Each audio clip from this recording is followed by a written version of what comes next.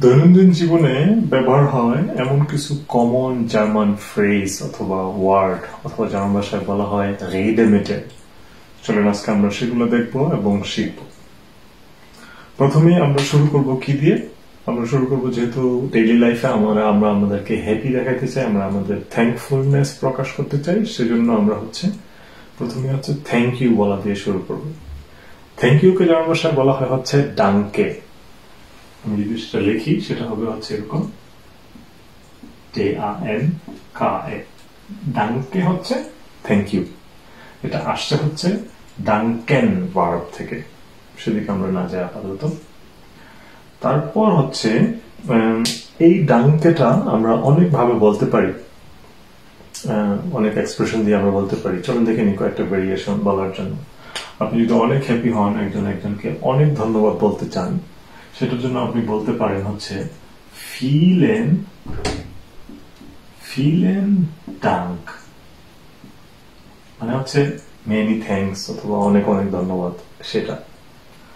অথবা আমি বলতে পারি, অথবা আপনি বলতে পারেন যে ডাঙ্কে schön বলতেও একটা শব্দ আছে। ডাঙ্কে বলেছে ডাঙ্কে SCHUN, ডাঙ্কে schön।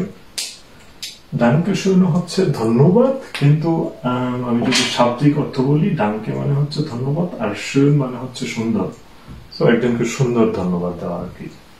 আর এখানে vielen মানে অনেক, ডাঙ্কে মানে ধন্যবাদ। আমি এখানে একটা ই ভুলে গেছি, vielen Dank। তারপরে আমরা আরো অনেকভাবে বলা যায়, আমরা সেদিকে না যাই, ঠিক আছে। তারপরে ডাঙ্কের পরে কি আসে? থ্যাঙ্কস এর পরে আমরা নর্মালি অনেক দৈনন্দিন জীবনে অনেক কিছুর জন্য রিকোয়েস্ট করি, ঠিক আছে। রিকোয়েস্টেরটা কি হতে পারে? যে সেটা হতে পারে যে রিকোয়েস্ট করাটা জার্মান ভাষায় বিটে, ঠিক আছে।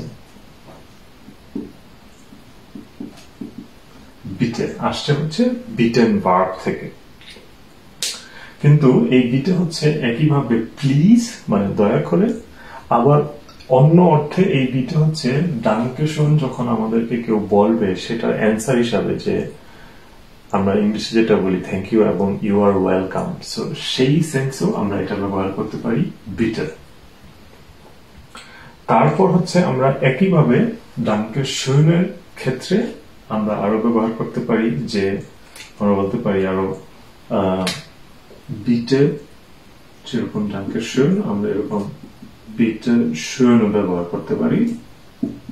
বিটে schön, বিটে schön মানে ওয়েলকাম, শুধু এটা সেই সেন্সে ব্যবহৃত হবে, ওয়েলকাম সেন্সে। আর এইটা শুধু আমরা দুইটা সেন্সে ব্যবহার করতে পারি, যে ওয়েলকাম এবং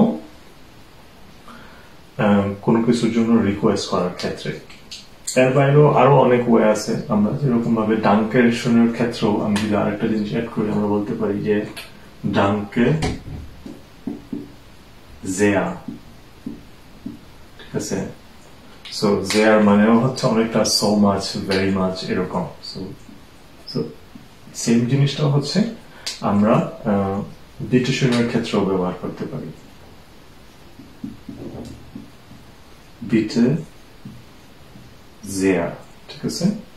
সো এটাও তখন আবার ওয়েলকামিং সেন্সে ব্যবহৃত হবে। কেউ আপনাকে ধন্যবাদ বলছে, ডাঙ্কে schön, সো আপনি বলতে পারেন বিটে sehr অথবা বিটে schön।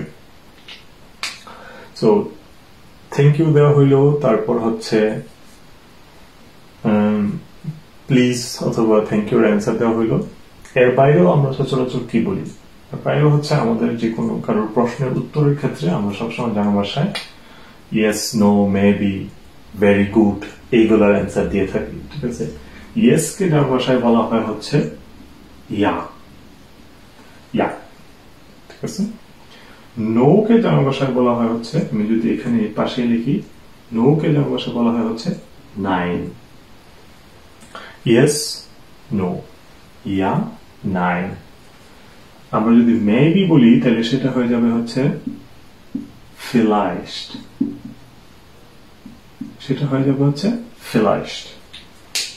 সো সেটা হয়ে যাচ্ছে। এখন আমরা তিনটা অপশন জেনে নিলাম।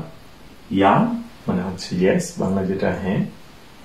নাইন যেটা হচ্ছে নো, বাংলা যেটা না।